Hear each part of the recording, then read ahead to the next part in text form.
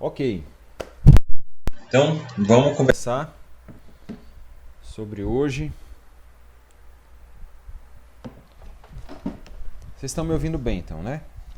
Tem um vento aqui, eu botei um ventilador aqui, tá atrapalhando vocês aí ou não? Não. Beleza, obrigado, David. Então, como o evangelho se aplica, ou qual é a implicação do evangelho sobre a nossa santificação, tá? Queria dizer que vocês podem participar, podem levantar a mão, né, ligando o microfone, fazer pergunta e contribuir também. Faça suas anotações e também fique com a sua Bíblia aberta para você ir participando com a gente, tá bom? Tá certo. Então,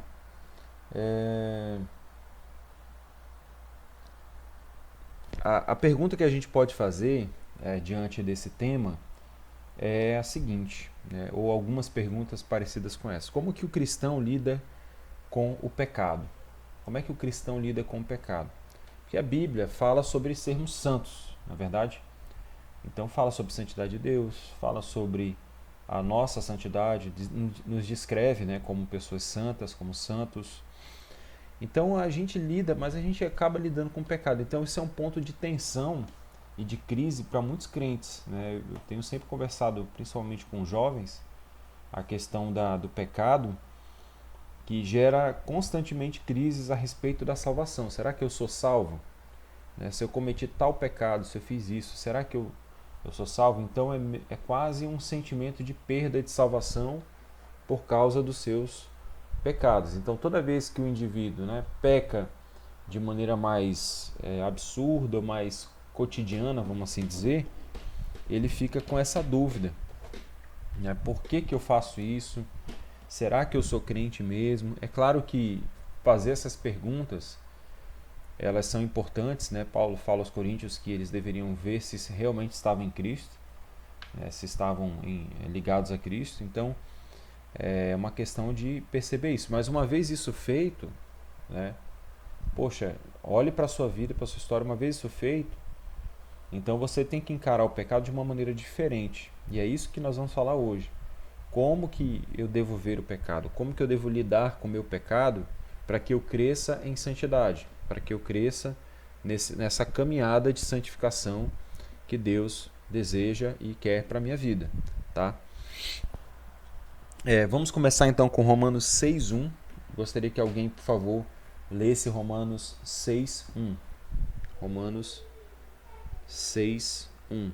Por favor, um dos irmãos aí voluntários. Romanos 6:1. Quem ligar o microfone primeiro, espada para o ar, né? Quem ligar o microfone primeiro já pode ler.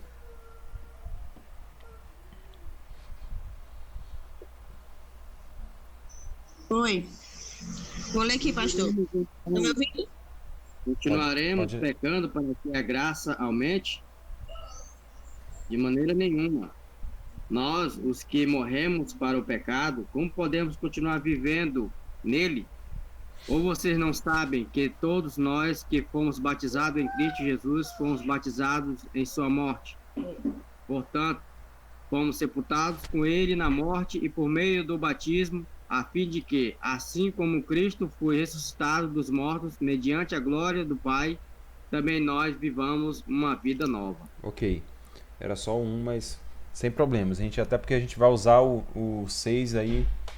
Vamos abrir bastante em Romanos 6, tá? Então, irmãos, olha a pergunta que Paulo faz, a pergunta retórica, né? Ele diz: que diremos, pois? Permaneceremos no pecado para que seja a graça mais abundante? Por que Paulo fala isso? Por que Paulo faz essa pergunta, certo? Ele fala sobre a superabundância da graça, né? Sobre o pecado, né? Então, ao tratar desse assunto, ele pergunta, né? Ele começa perguntando. Para o pecado seria um argumento, né? Então, já que a graça superabundou, então eu devo pecar mais para que haja mais graça ainda. Essa é a ideia lógica, né? Do raciocínio lógico nosso. Mas Paulo quebra essa lógica, fala, não, a lógica bíblica aqui é diferente. Né? Lembra que eu já falei algumas vezes que a gente tem que entender a lógica bíblica, a lógica do texto bíblico, a lógica do argumento bíblico. Então a lógica aqui é diferente. Essa é a lógica humana, mas a lógica bíblica é diferente. Então, a lógica é, nós não iremos continuar pecando, tá? Mas a pergunta é pertinente, né? Permaneceremos no pecado para que a graça aumente, né? Para que a graça abunde ainda mais?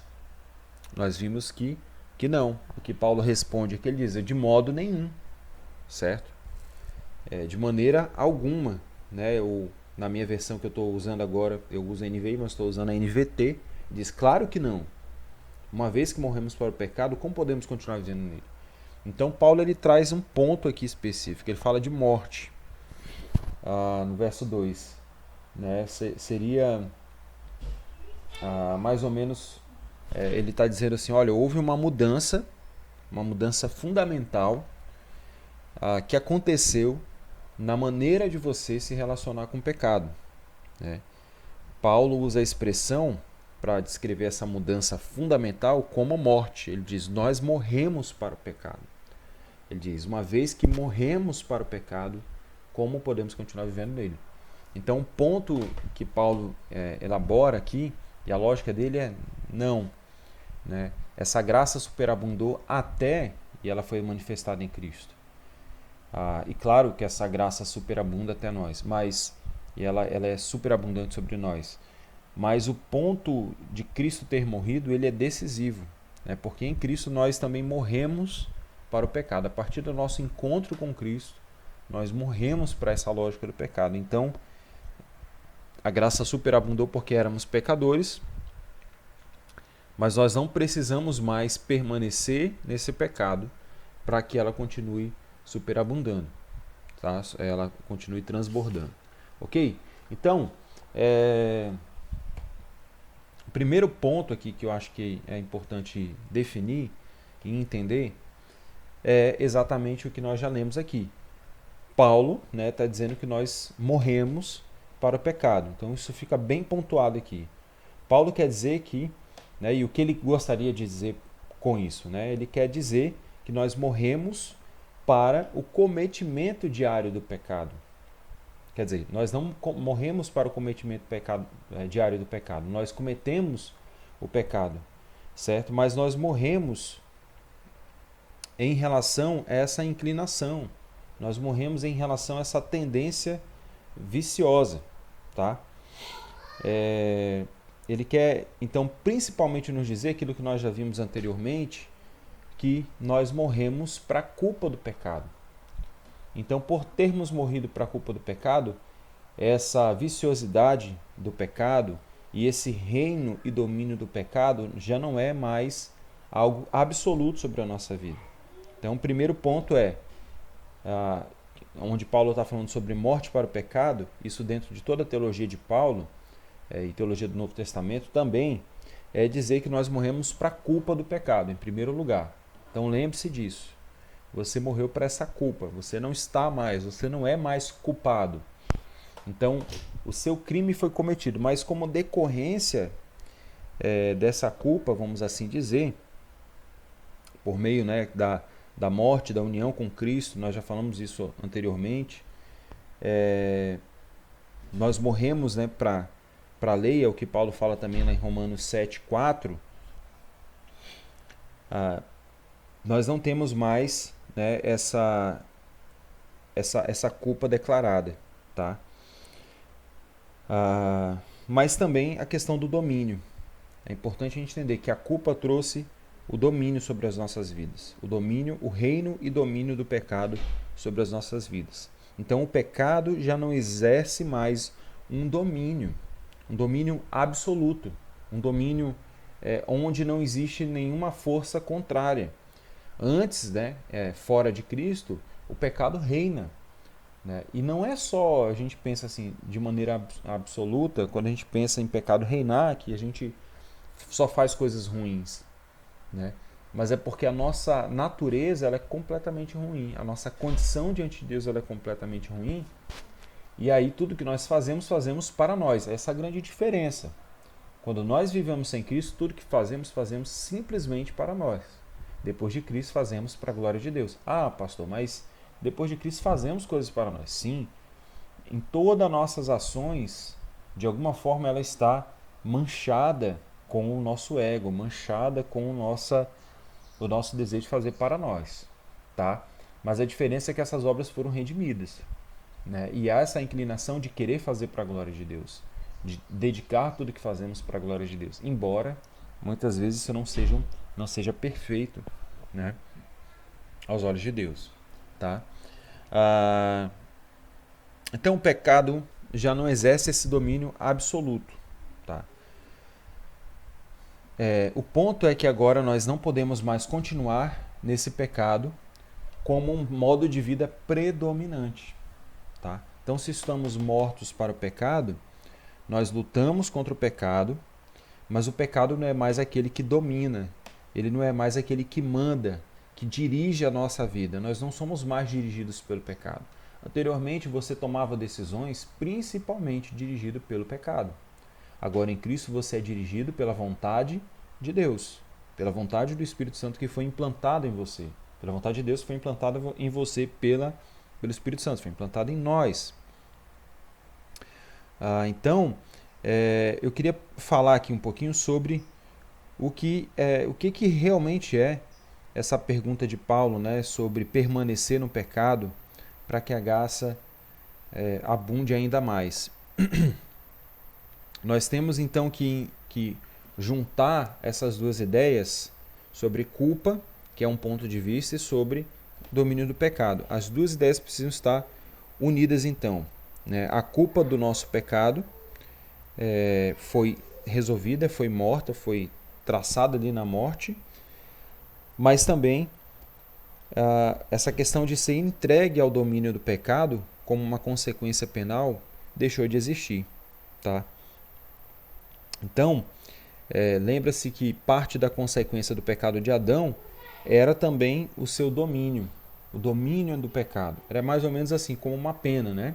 Você tem uma pena, comete um crime, e aí você tem a culpa, e aí você tem a pena. A culpa é o ato em si, né? Você foi declarado, foi caracterizado como culpado. A pena é a consequência, né? Você vai pagar. E basicamente, a nossa pena é a escravidão. Nós temos a culpa do pecado e sofremos a pena. Foi isso que aconteceu em Adão. Então a nossa pena é viver escravo, é viver preso ao pecado. Olha que interessante, dá até para fazer uma analogia aí com a questão da pena de um criminoso, tá? Mas quando que essa pena chega ao fim? Quando é que ela se encerra? Ela se encerra quando a pena termina, né?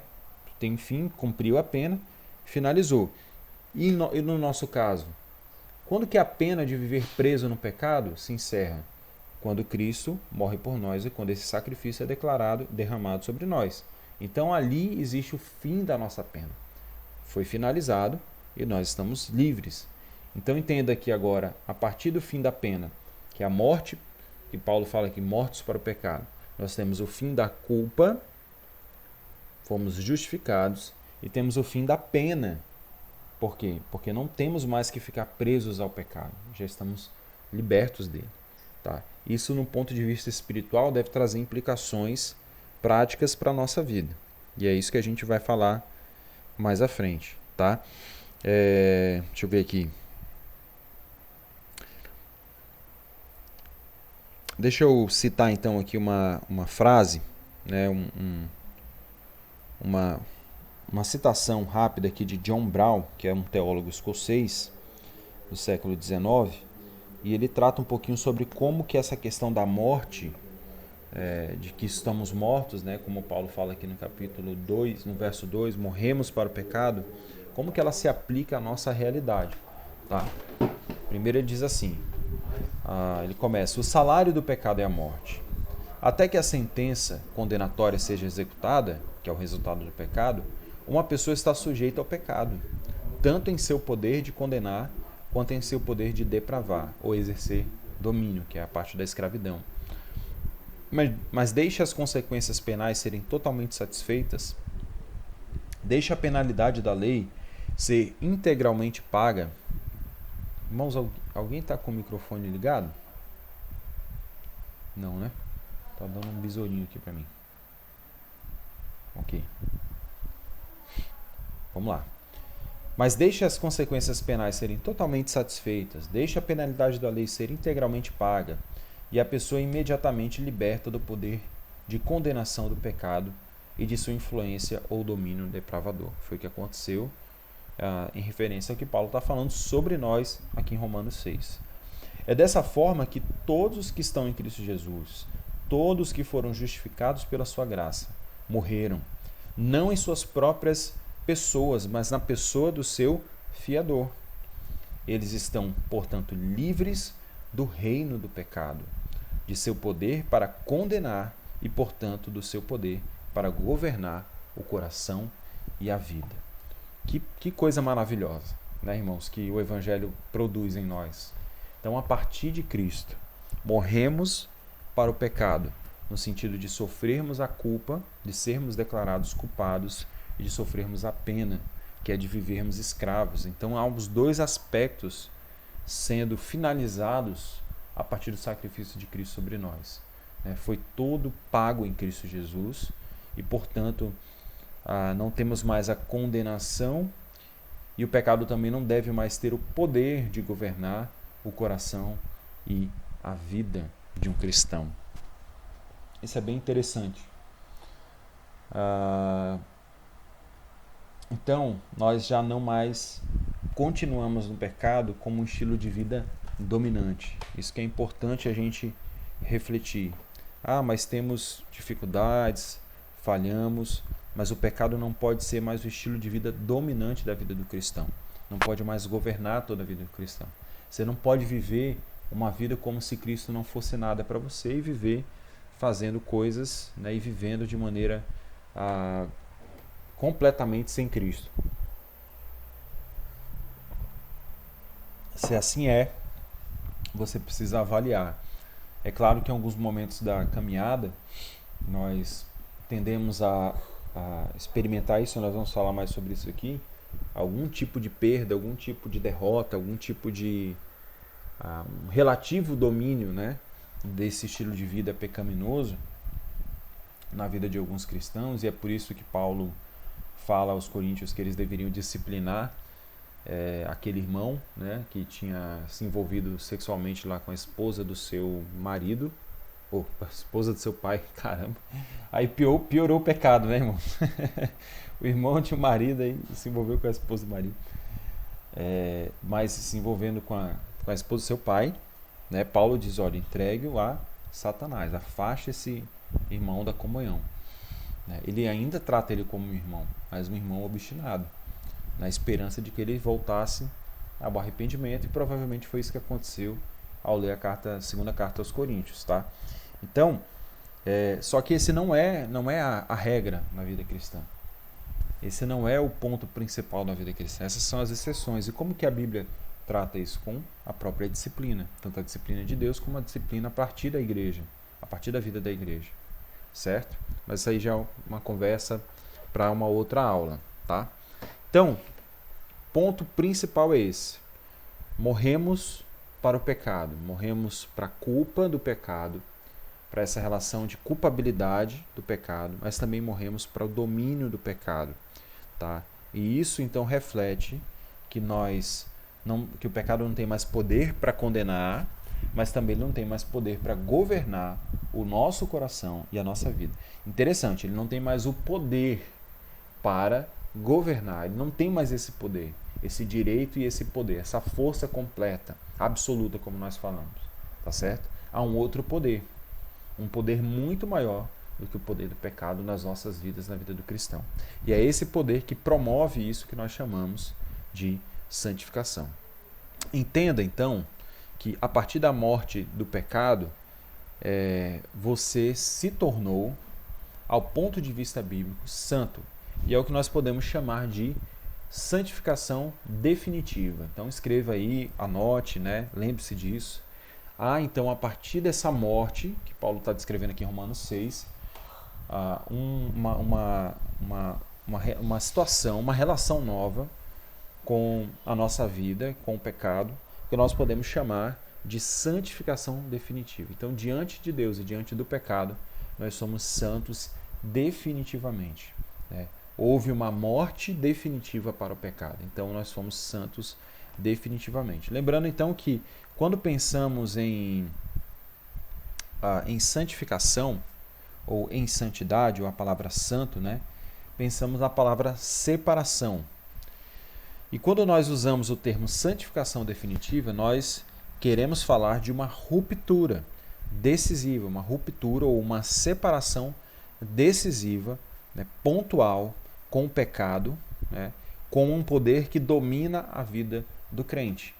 Então há uma santificação definitiva, porque a partir de Cristo, do sacrifício de Cristo na vida do cristão, o pecado não tem mais esse poder dominante, foi o que nós já falamos agora. Então há uma ruptura, há uma quebra dessa ordem natural da humanidade de continuar escrava, culpada e escrava do seu pecado. Tá? E é interessante porque no tempo, essa santificação, esse primeiro aspecto de santificação, ele acontece junto com a justificação. Então você é justificado e você ali é santificado de maneira definitiva. Por isso que a Bíblia pode dizer que o cristão é santo.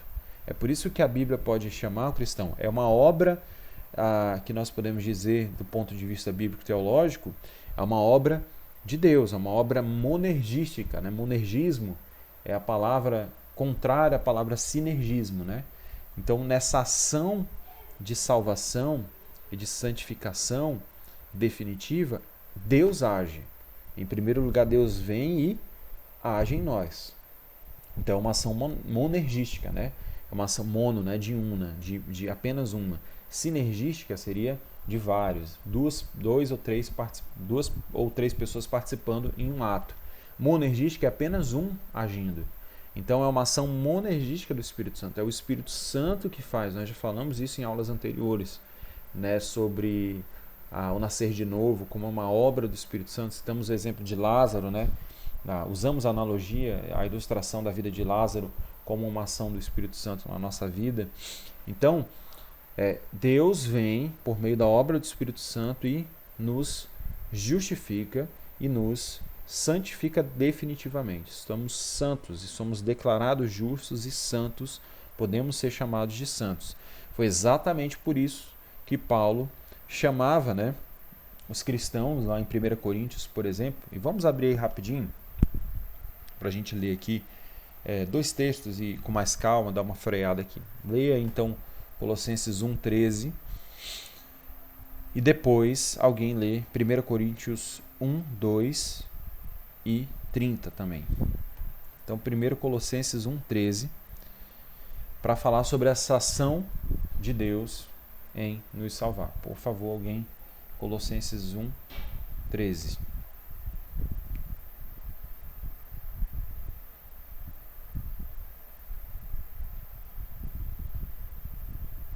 Vai lá, Deise, você já estava aí querendo falar?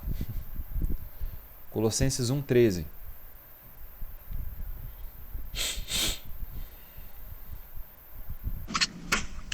Vai, Axel, por favor, obrigado. Ele nos libertou do império das trevas e nos transportou para o reino do Filho do seu amor. Ok. O que a gente vê aí? A Deise, toda vez tu perde, né, Deise? Tu vai ler o próximo então, 1 Coríntios 1:2, mas espera um pouquinho. Então, esse texto ele é bem claro, né? Olha o que o texto diz, que ele nos transportou. Ele fez isso. Então, quem agiu, quem é o sujeito ativo, né, nesse texto? É Deus, Ele. Ele nos transportou. Nós apenas fomos transportados, fomos levados do reino das trevas para o reino da luz. Então esse é um dos textos que nos lembram dessa realidade que nós já vimos ao longo de todas essas aulas, também como uma ação de Deus. Tá? E é exatamente por isso, dessa santificação definitiva, que Paulo se dirige, por exemplo, aos Coríntios em 1 Coríntios 1:2. Leia aí, Deise. Só um minuto. Paulo, chamado para ser apóstolo de Cristo Jesus pela vontade de Deus, e os irmãos Sóstenes, a igreja de Deus que está em Corinto, aos santificados em Cristo Jesus e chamados para serem santos, com todos os que em toda parte invocam o nome de nosso Senhor Jesus Cristo, Senhor deles e nosso. E o verso 30, por favor. Mais à frente, o versículo 30. 30. É, porém, por iniciativa dele que vocês estão em Cristo Jesus, o qual se tornou sabedoria de Deus para nós, isto é, justiça, santidade e redenção. É o 30, tu leu? É. Nos santificou e nos libertou do pecado. Ok. Percebe que também o sujeito ativo é Deus, né? E ele nos santificou. Opa, peraí, mas pastor, a santidade não é a gente que tem que batalhar por ela? Não é a gente que busca a Deus? Não é a nossa responsabilidade? Nós vamos falar sobre esse ponto também. Mas aqui nós estamos falando desse ato de santificação de Deus, em nos tornar santos. De maneira que é um processo muito relacionado à nossa salvação. Então, santidade, ela está muito relacionada à salvação. Por isso que a santidade, que nós vamos falar mais à frente, ela deve ser um reflexo dessa santificação. É inconcebível, então, um cristão não crescer em algum nível, né, satisfatório em santidade. Se um cristão não cresce em nenhum nível de santidade, nenhum nível de santificação, ele precisa realmente avaliar a sua salvação, né? Levando em consideração os momentos da vida, enfim, as quedas, as dificuldades e assim por diante. Ainda levando isso em consideração, nós temos que entender que isso acontece, tá? Então percebe aí que ele nos santificou. Por que então Paulo consegue chamar a igreja de Corinto, que nós sabemos muito bem que a igreja é extremamente problemática, ele depois começa a arrebentar com a igreja, né? Em diante aqui, depois do capítulo 1, e falar do monte de problemas. A gente sabe o quanto, não precisa repetir aqui o quanto que a igreja de Corinto era problemática, né? Talvez a igreja mais problemática da época e do Novo Testamento que a gente tem descrito, dentre elas, né? Dentre todas, a mais problemática, provavelmente. Por que Paulo chama eles de santos? Olha que interessante isso. Porque de fato Deus os tinha santificado. Então é uma santificação definitiva. Tá certo? É uma ruptura definitiva com o domínio do pecado e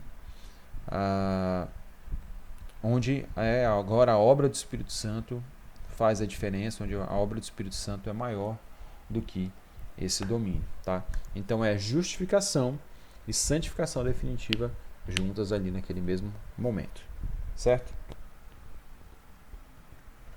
Vamos lá. Então, para a gente caminhar de maneira prática em relação à nossa santidade, o que a gente precisa entender? O que a gente precisa avaliar? Em primeiro lugar, você tem que considerar isso que nós já falamos até agora. Considerar é aceitar, é trazer para a sua vida, termo que a gente não gosta muito, né? Mas que os pentecostais usam muito, é se apropriar, né? Ou tomar posse dessa verdade. E se algo foi dado para você, você pode tomar posse sim, você pode se apropriar daquilo, foi dado. Então a verdade da Escritura foi dada aos crentes, foi dada a nós. Essas verdades foram dadas a nós. Então você precisa se apropriar, você precisa abraçar essas verdades na sua vida. E essa realidade é importante. Paulo usa essa expressão, né? Dá para fazer algumas perguntas aqui. O que essas informações, o que essas verdades servem para nós? Como que elas podem nos ajudar a lidar com quando a gente luta, né, com um pecado consistente, né, com um vício pecaminoso da nossa vida? Como é que essas verdades nos ajudam a lidar com tudo isso? Às vezes nós cedemos, né, aos nossos desejos pecaminosos e cedemos às nossas vontades. Como é que nós lidamos com isso, tá? Então vamos lá agora para Romanos 6:11. E por favor, algum outro irmão voluntário, lê para a gente Romanos 6:11. Vamos lá, Romanos 6. Assim também vós considerai-vos mortos para o pecado, mas vivos para Deus em Cristo Jesus. Tá. Com essa versão, Anderson, que você leu?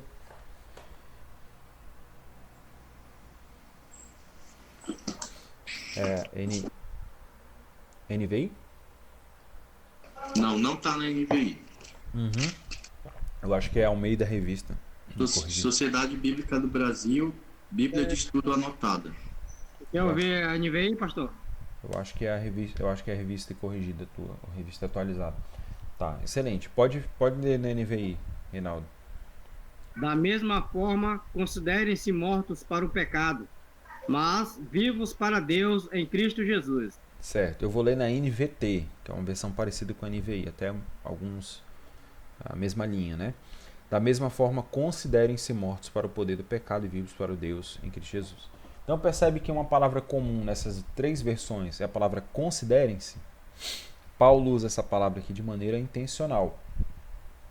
Ele quer dizer, né, ele quer instruir a igreja a dizer o seguinte, a pensar o seguinte, olha, agora considerem essa verdade. Né? Devemos então considerar ou acreditar que estamos mortos para o pecado, certo? Ele não diz aqui para a gente fazer algo, né? Agora vocês façam isso, mas vocês acreditem no que eu estou dizendo para vocês. Confiem nessa verdade, considerem essa verdade ou abracem essa verdade. É isso que Paulo está dizendo para a gente. Então, primeiramente, né, nós fomos mortos para a culpa desse pecado, já falamos sobre isso. Então, Paulo está trazendo isso, que nós não temos mais culpa. E aí, Romanos 4:8, Romanos 8:1 também, portanto, já não há mais condenação para os que estão em Cristo Jesus. Romanos 8:1, tá? Essas verdades fazem todo sentido e Paulo quer que nós a consideremos aqui. Então Deus já não considera mais culpado, porque a nossa culpa foi levada em Cristo Jesus, nós já falamos isso. Ele morreu como nosso substituto, a pena foi cumprida, a penalidade foi paga na cruz. Nós morremos, usando a ideia de Paulo, usando a mesma linguagem de Paulo, nós morremos para a culpa do pecado. Ok? Então isso é extremamente importante a gente lembrar. Não há mais nenhuma condenação para os que estão em Cristo Jesus. Morremos para a culpa do pecado. Acreditar nisso é o ponto de partida para experimentar na prática uma vida santa. Então vimos que a questão da santificação é algo que Deus faz, mas tem agora a nossa caminhada, que é a nossa responsabilidade na santificação, a partir dessa santificação definitiva, justificação e santificação definitiva que Deus produziu em nós, certo? Então a partir disso temos que lembrar, e eu queria citar uma frase aqui de William Romaine, tá? Ele foi um dos líderes do avivamento no século XVIII, né? Ali no mesmo período de George Whitefield, John Wesley. E ele diz o seguinte: nenhum pecado pode ser crucificado. Presta bem atenção a citação dele, olha como é interessante. Nenhum pecado pode ser crucificado no coração ou na vida, a menos que seja perdoado primeiramente na consciência, porque haverá falta de fé para receber a força de Jesus, um único por quem o pecado pode ser crucificado. Se ele não for mortificado na sua culpa, ele não pode ser subjugado em seu poder. Olha que interessante que aqui ele está falando de consciência. Cristo morreu por nós, irmãos. Para pensar, Cristo morreu por nós, nós já falamos aqui, ele morreu como nosso substituto.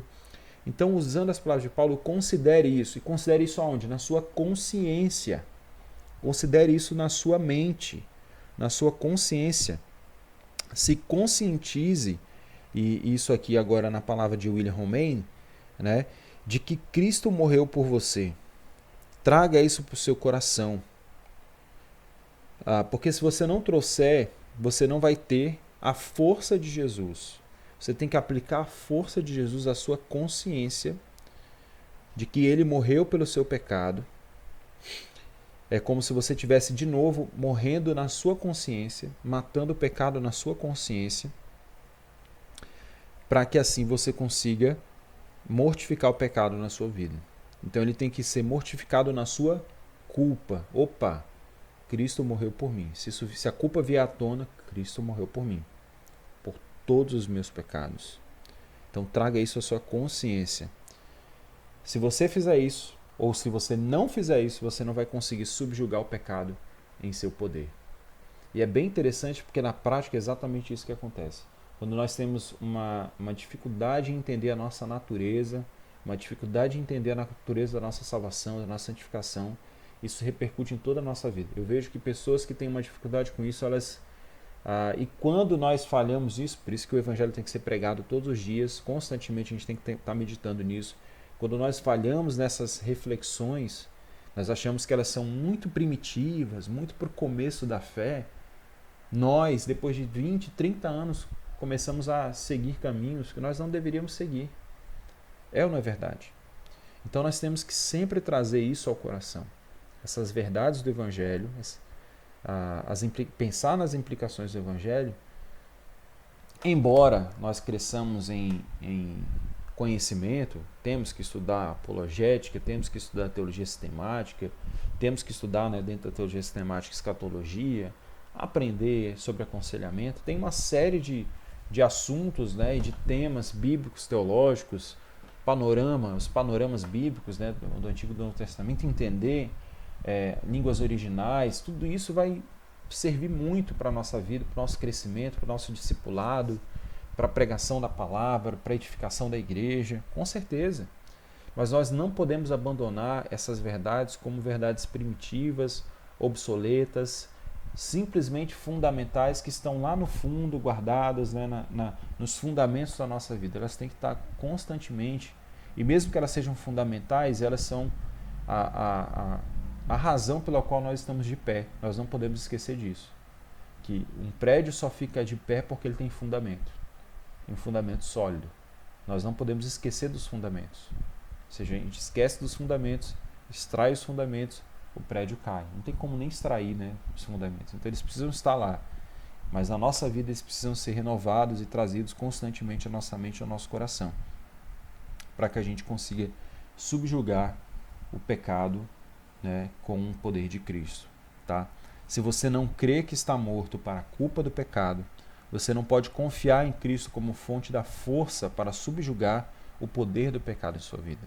Assim, para começar a lidar com o pecado em sua vida, é necessário, é importante contar com o fato de que você morreu para a culpa do pecado por meio de sua união com Cristo em sua morte. Ok?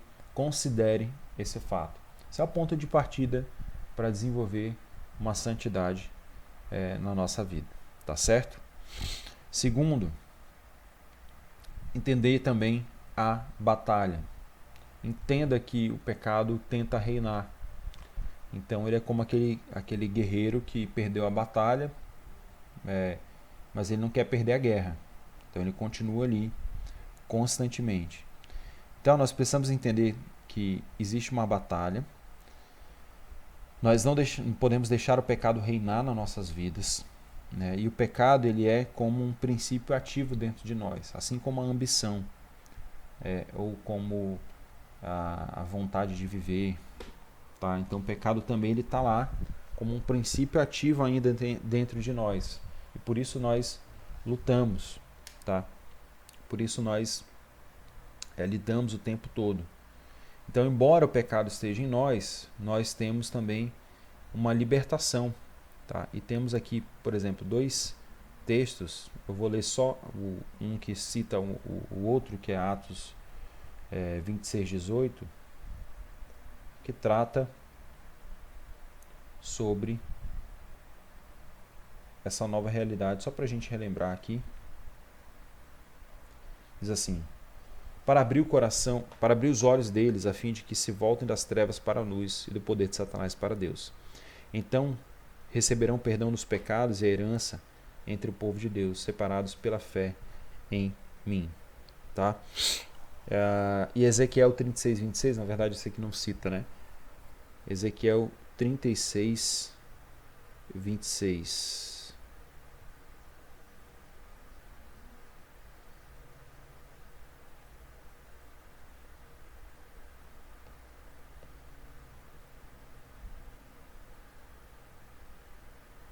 Eu lhes darei um novo coração, colocarei em vocês um novo espírito. Removerei seu coração de pedra e lhes darei um coração de carne. Então, Ezequiel também está falando dessa nova inclinação, dessa nova realidade. Em nós ainda há esse aspecto, né, de um princípio ativo, o pecado como princípio ativo, sim, está lá. Mas nós temos um novo coração, é o que nós já falamos agora. Tá? Paulo, então, descreve, né, lá em Gálatas 5,17, vou pedir para alguém ler aí. Por favor, alguém abre lá em Gálatas 5,17. Nós vamos falar um pouco sobre isso agora. Eu queria usar uma linguagem com você.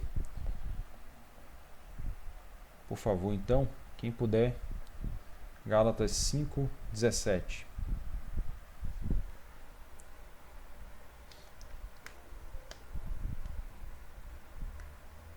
Pois a carne deseja o que é contrário ao espírito, e o espírito o que é contrário à carne. Eles estão em conflito um com o outro, de modo que vocês não fazem o que desejam. Ok. Alguém tem uma outra versão, uma versão mais antiga? Pode ser a do Anderson, ou alguém, se tiver uma versão mais antiga, pode fazer a leitura também. Do mesmo texto, por favor.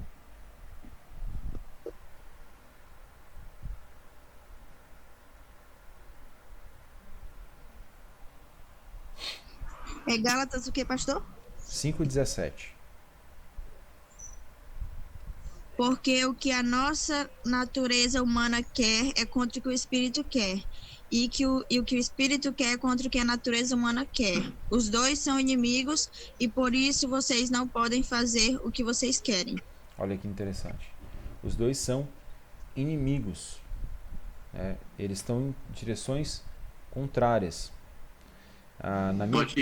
Pode ler, Anderson. Pode ler em outra versão, pastor? Sim, pode ler, por favor. Diz o seguinte: porque a carne milita contra o espírito, e o espírito contra a carne, porque são opostos entre si, para que não façais o que porventura seja do vosso querer. Olha aí. A ideia de militar, né, de conflito, de confronto. É interessante, né? Uma linguagem meio militar mesmo, né? Existe uma batalha, uma guerra. E Paulo trata então dessa tensão, dessa carne, né, e desse espírito, né, e aí carne aqui no sentido de natureza humana, pecaminosa, caída. Então seria esse princípio ativo ainda na vida humana. É o que nós chamamos também na teologia de presença do pecado. Né? Nós temos a presença, estamos na presença, justificado sim, mas na presença do pecado, ainda temos esse pecado presente. Mas temos ao mesmo tempo essa realidade nova que Ezequiel nos apresenta, que Atos 26:18 também nos apresenta, do Espírito. Tá? Olha que interessante, eu vou fazer uma citação aqui de George Smithon, tá? Smithon, que diz o seguinte, olha aqui, falando sobre esse texto, ele diz: há um conflito interno entre a carne e o Espírito, entre a antiga e a nova natureza. E o estranho é que, nesse conflito, o poder e as faculdades do cristão parecem ser ocupados em um momento por um e um momento por outro. O mesmo intelecto, vontade e afeições estão sob diferentes influências, como dois exércitos em conflito, se alternando na ocupação de um terreno. E essa é, de fato, a realidade nossa. A gente, ora, parece que o pecado domina a nossa vida, parece que o pecado está influenciando mais o nosso intelecto, a nossa vontade, as nossas afeições. Ora, a gente percebe muito mais essa influência do Espírito na nossa vida. Parece que nós estamos em conflito. Parece que a nossa vida é um campo de batalha de duas naturezas. Né? É quase que uma bipolaridade do ponto de vista espiritual. Né? Nós somos dois homens, né? Ou parece que são dois homens em conflito, um homem espiritual e um homem carnal, certo? Gente, só um minutinho que meu carregador, a minha bateria está descarregando aqui e eu vou ter que pegar o carregador. Só um minutinho.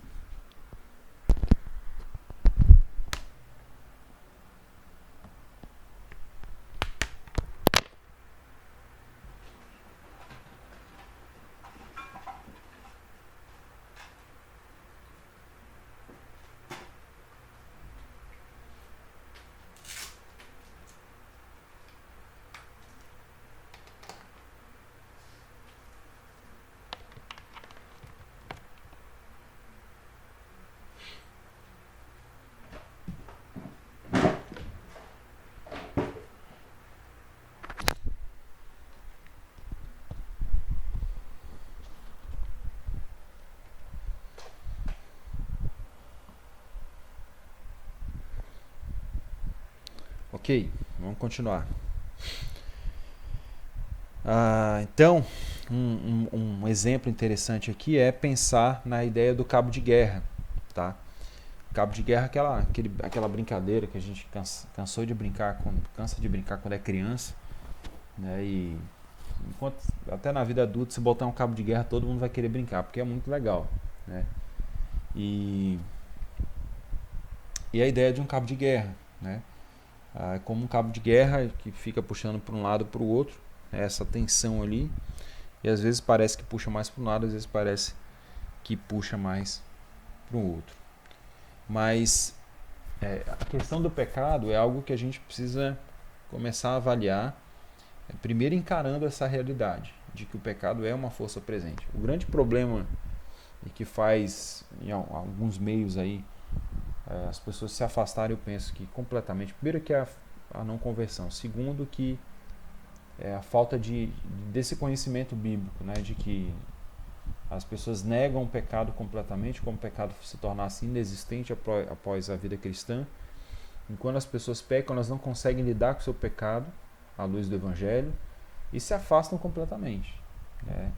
Caem no pecado, caem de vez nas suas faltas e falhas, e por causa disso elas acabam vacilando cada vez mais, né? Então entender que o pecado é algo que está ali para você tratar, você vai ajudar a de fato lidar com isso.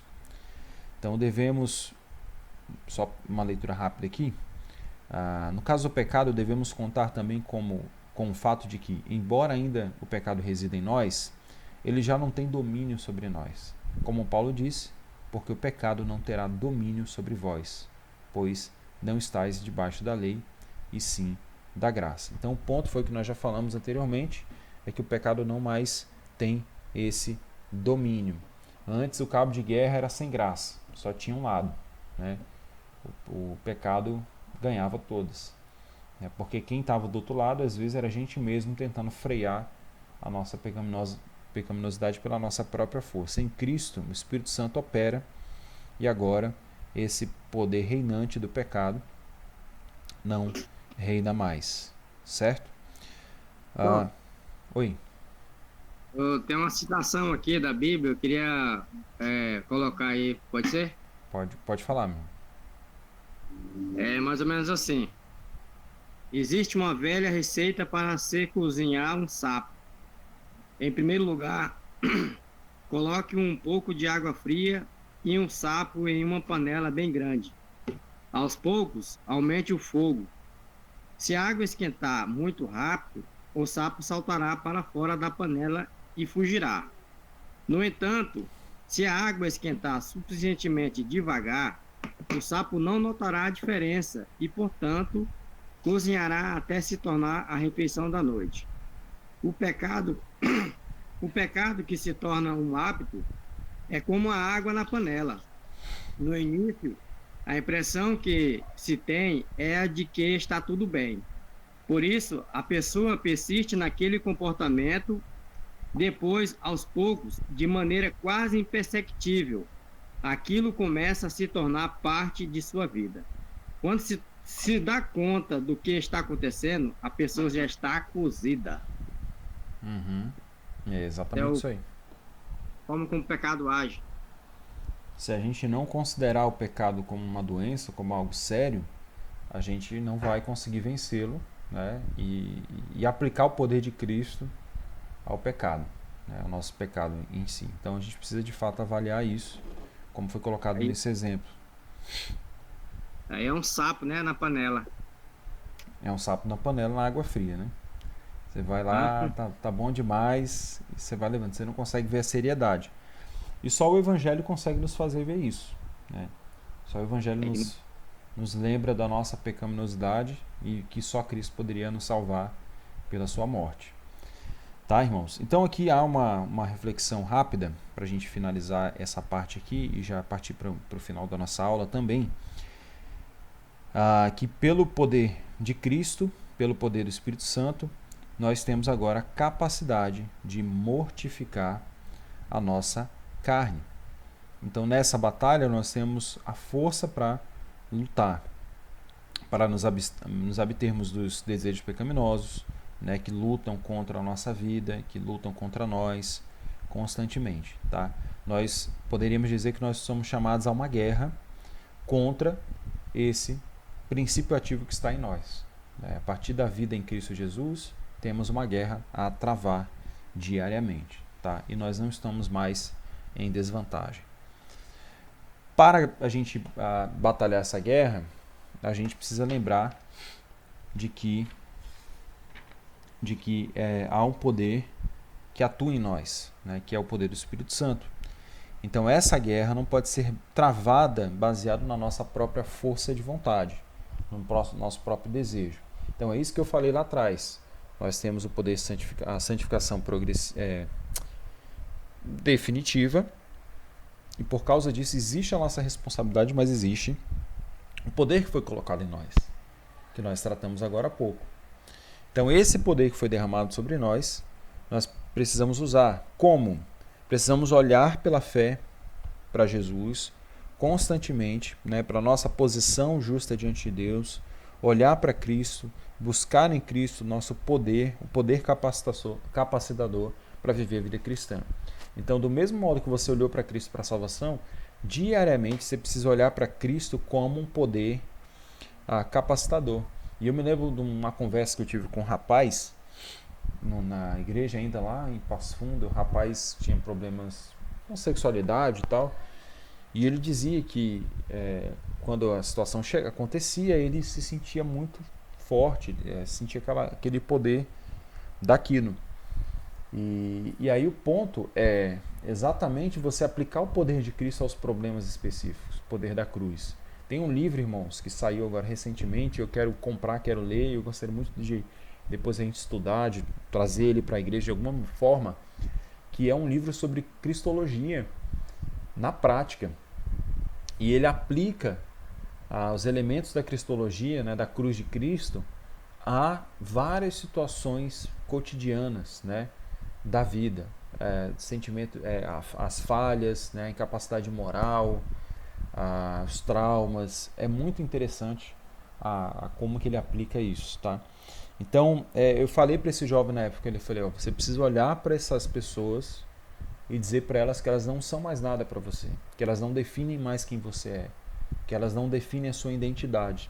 Você precisa olhar para elas e falar, vocês não são nada, Cristo é tudo para mim. Então, é exatamente isso que nós temos que trazer. Diante do nosso pecado, até mesmo das nossas falhas, a gente tem que trazer Cristo para ele falar, pecado, você não é tudo que você disse que você é para mim. Cristo é tudo que eu preciso. Cristo é tudo para mim. E é isso que a gente tem que fazer. Então esse poder vem pela nossa união com Cristo. Nós falamos lá atrás da união também vital que temos com Jesus. Por meio dessa união vital, nós podemos caminhar. Essa união vital ela é descrita lá em João 15, do 1 a 5. E eu gostaria que alguém, por favor, lesse para a gente refletir rapidinho João 15, relembrar isso que João diz. Então, a maneira da gente experimentar santidade, a maneira da gente experimentar santificação é, de fato, meditar e trazer para a nossa vida essa realidade da união que temos com Cristo. João 15 nos reflete sobre essa união. Temos uma união com Cristo e ele dá uma ênfase maior à união vital, né? A união de vida que temos com Jesus. Não apenas a união legal que nós falamos já, até mesmo através de Romanos, né? Por favor, então alguém lê João 15, do 1 ao 5. Pode ser alguém que ainda não leu, não fez a leitura.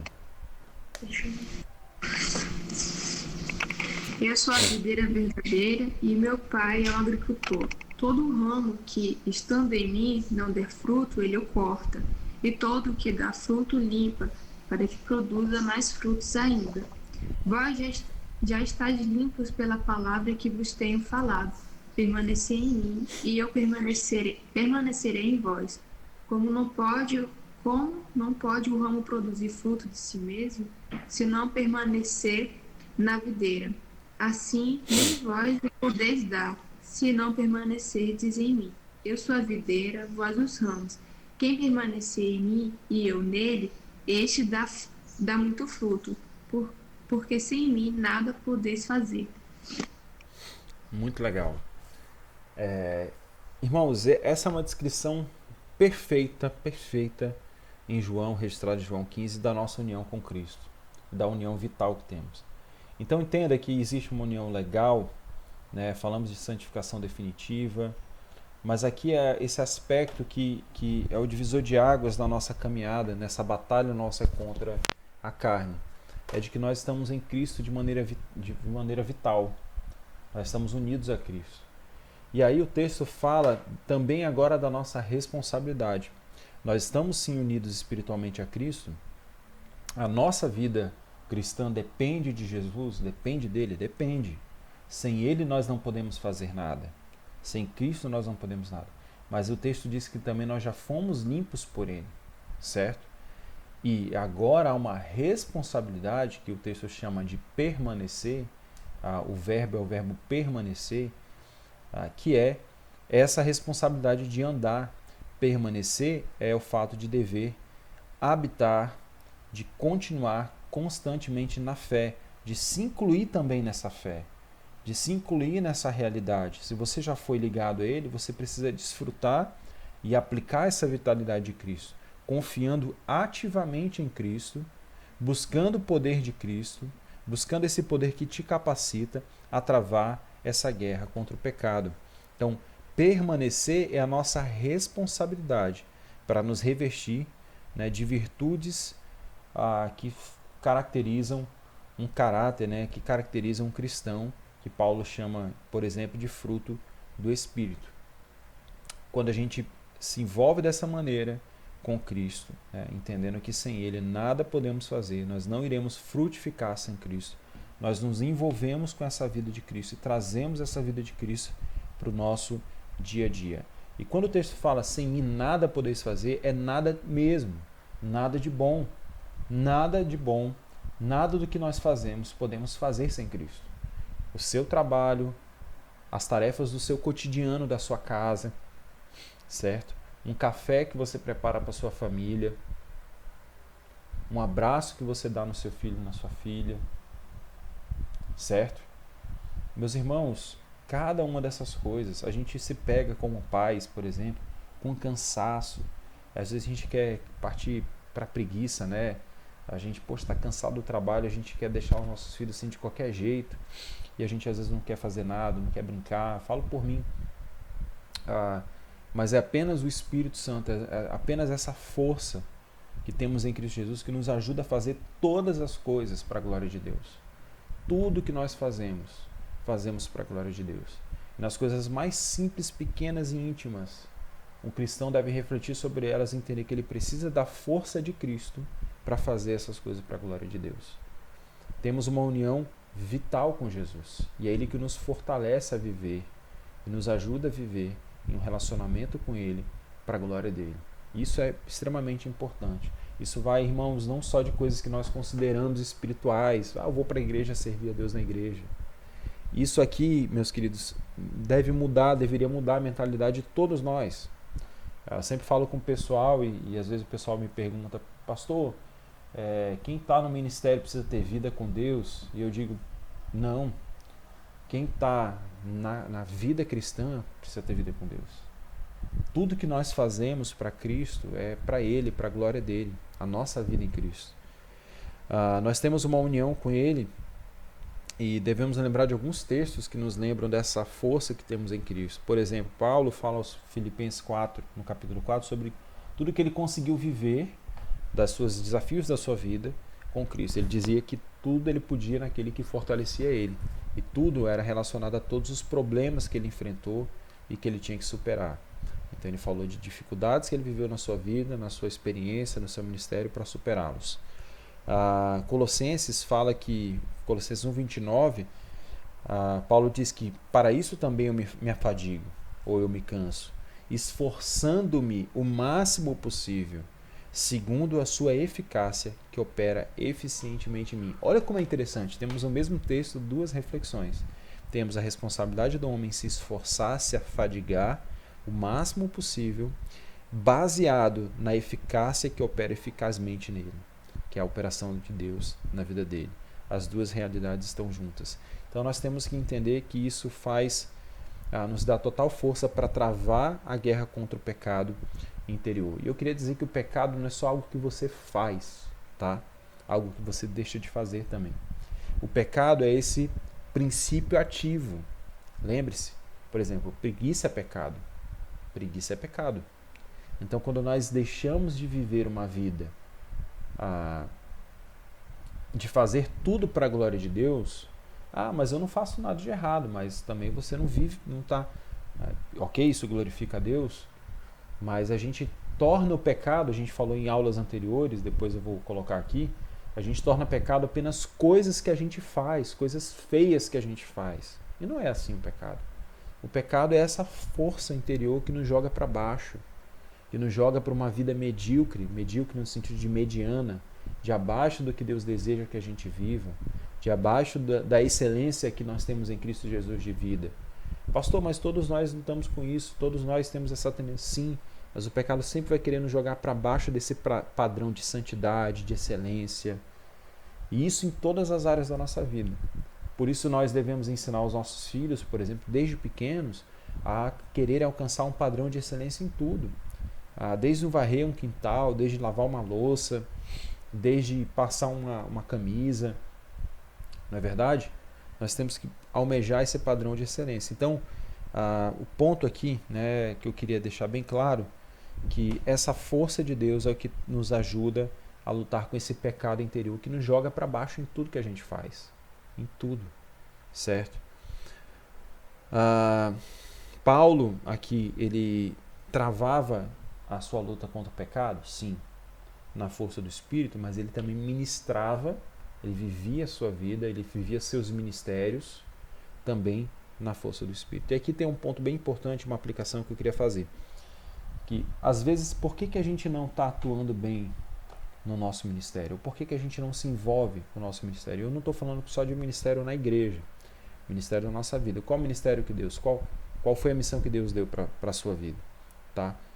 Primeira coisa que a gente pode falar, se você é pai, se você é mãe, essa é a primeira missão, né? A sua família. Se você é filho, você tem uma responsabilidade com a sua casa.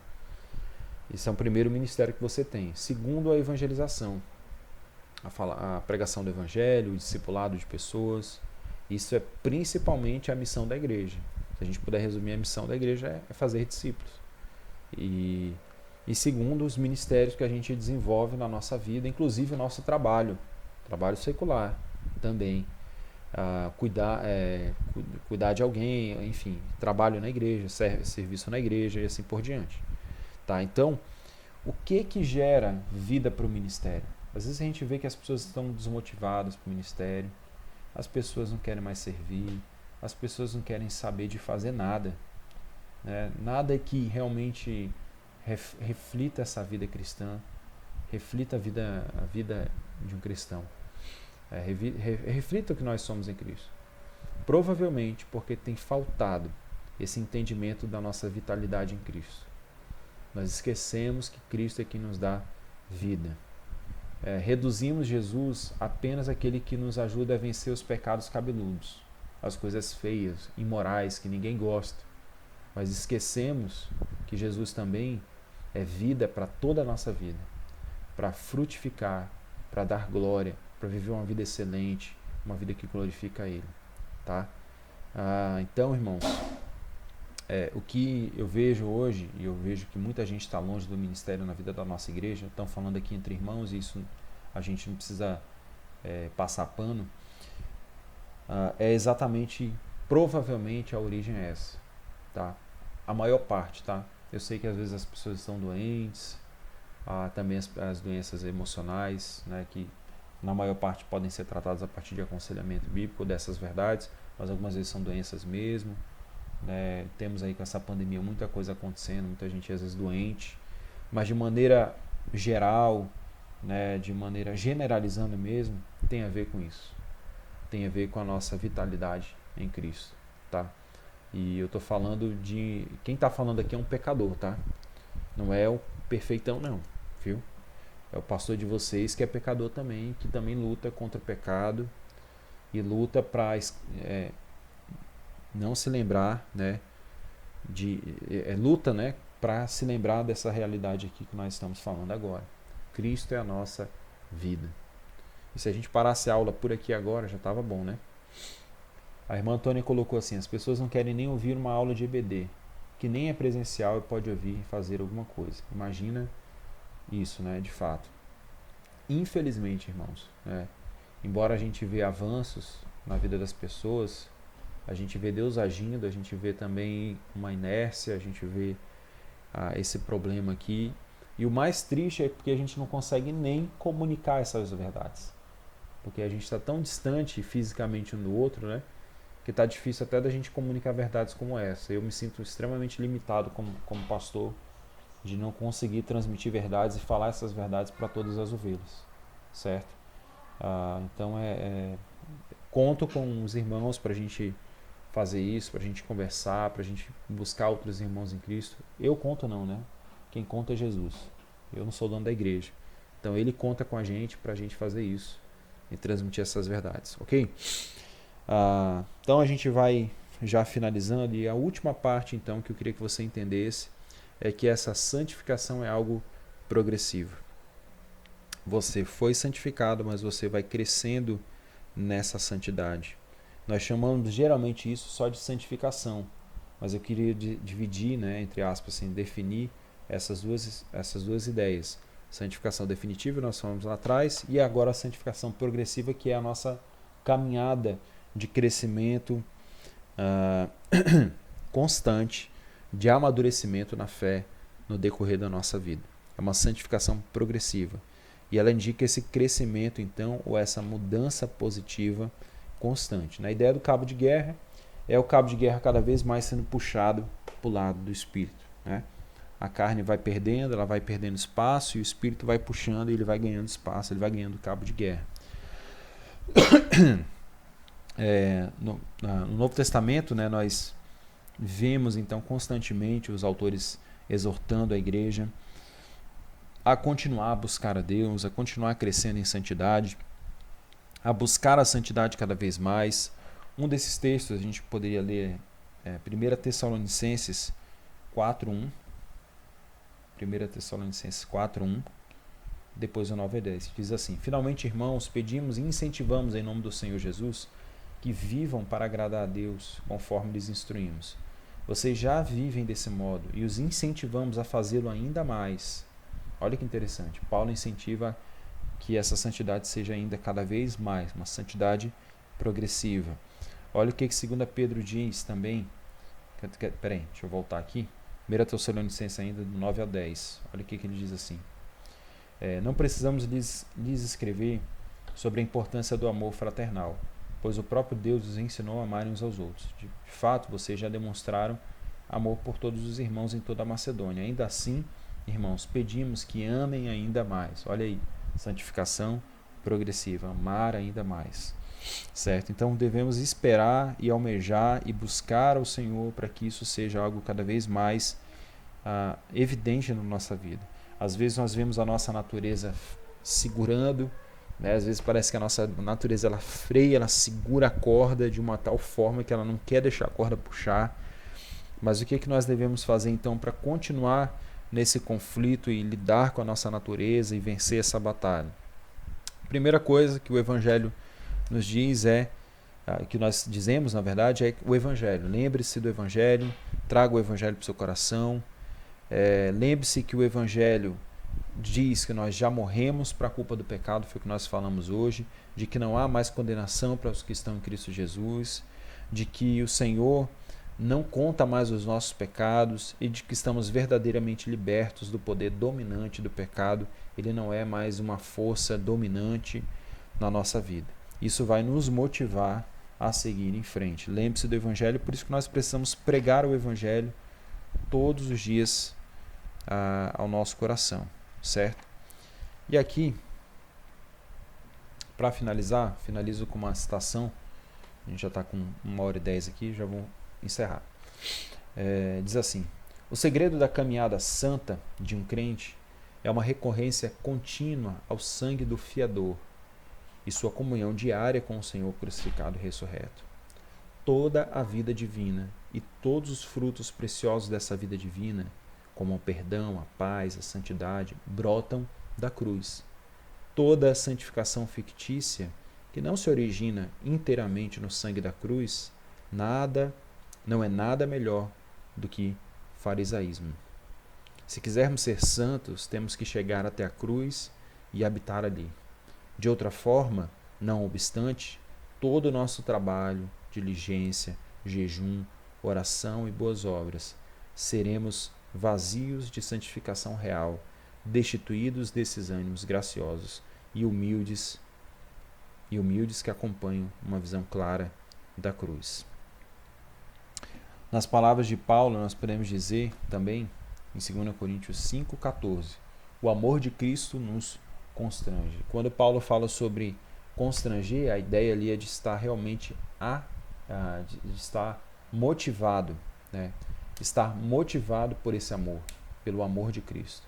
O que nos lembra, o que nos motiva, o que nos faz constantemente lidar com o nosso pecado quando ele tenta vencer a gente, é lembrar do que o Evangelho é.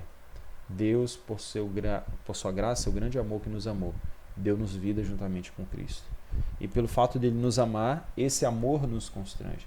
Eu queria dizer que é o que nós vemos aqui, que não é mais a lei, ou o medo da lei, ou o medo de Deus que deve constranger você à santidade. Embora o temor seja importante, o temor também nos faz pensar sobre o quanto o pecado é destrutivo e o quanto o pecado nos afasta, nos afeta na comunhão com Deus. Mas o amor de Cristo deve motivar o cristão, deve constranger um cristão a viver e a seguir progredindo em santidade.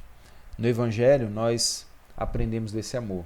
É onde nós ouvimos, por exemplo, eu amo você, né? Por isso você pode seguir em frente com seus pecados perdoados. Continue lutando. É basicamente isso que o Evangelho nos diz. Nós precisamos, então, por isso, pregar o Evangelho todos os dias para nós mesmos, tá bom? Então fica assim, a gente encerra a nossa aula de hoje com santificação progressiva, e na próxima semana a gente fala sobre glorificação e tentamos já passar para alguns exemplos práticos aí que eu conversei com vocês, como tratar conflitos à luz do Evangelho, o perdão, os ídolos do coração à luz do Evangelho, por exemplo, farisaísmo, né, ou fingimento à luz do Evangelho, a ótica do Evangelho. Então uma série de pequenos temas aí, 5 ou 6 temas ainda para a gente finalizar, e criação de filhos à luz do Evangelho também, para a gente finalizar essa nossa série da IBD sobre o Evangelho. Que Deus os abençoe. Vou abrir aqui se alguém gostaria de falar alguma coisa, ou só encerrar minha gravação. A gente encerra aqui a nossa aula, e aí a participação dos irmãos, a gente continua só aqui no Meet, na participação.